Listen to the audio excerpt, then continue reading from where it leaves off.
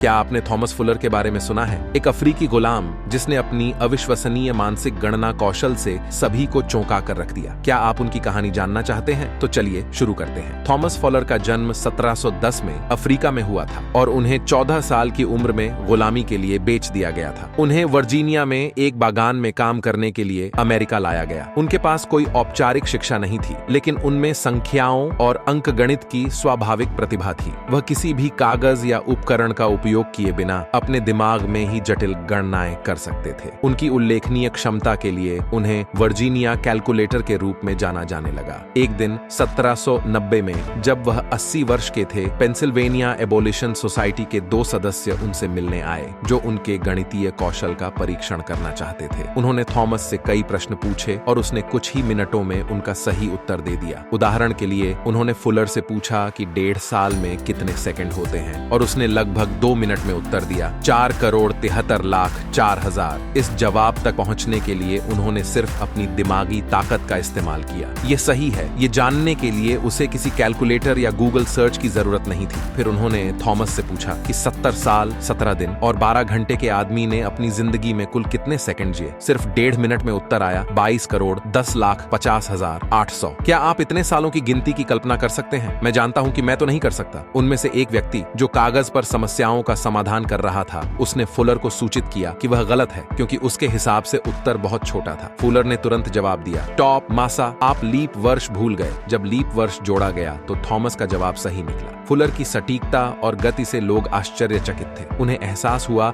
कि वह न केवल एक प्रतिभाशाली व्यक्ति हैं, बल्कि इस बात का जीवंत प्रमाण भी थे कि गुलामी अन्यायपूर्ण और अनैतिक है। उन्होंने दूसरों को उन्मूलनवादी आंदोलन में शामिल होने के लिए प्रेरित करने की उम्मीद में एक अखबार में फुलर के साथ अपनी मुलाकात का विवरण प्रकाशित किया। दुर्भाग्य से फुलर की इस वाकया के 1 साल बाद ही मृत्यु हो गई। वह अभी भी गुलाम ही थे। उनकी कहानी को 20वीं सदी तक काफी हद तक भुला दिया गया। फिर इतिहासकारों और गणितज्ञों ने उनकी विरासत को फिर से खोजा और उनकी उपलब्धियों का जश्न मनाया। अब उन्हें शुरुआती अफ्रीकी अमेरिकी गणितज्ञों में से एक के रूप में पहचाना जाता है और वह मानवीय क्षमता का प्रतीक है जिसे गुलामी ने नकार दिया था। आप थॉमस फुलर के जीवन और गणना के बारे में क्या सोचते हैं? क्या आप उन्हें प्रभावशाली या अविश्वसनीय मानते हैं? आप उनकी स्थिति और गणित में उनके योगदान के बारे में कैसा महसूस करते हैं? मुझे नीचे कमेंट में बताएं। अगर आपको यह कहानी अच्छी लगी तो प्लीज लाइक करें और ऐसी ही अमेजिंग वीडियो के लिए सब्सक्राइब करें और इस वीडियो को अपने दोस्तों के साथ शेयर करना न भूलें।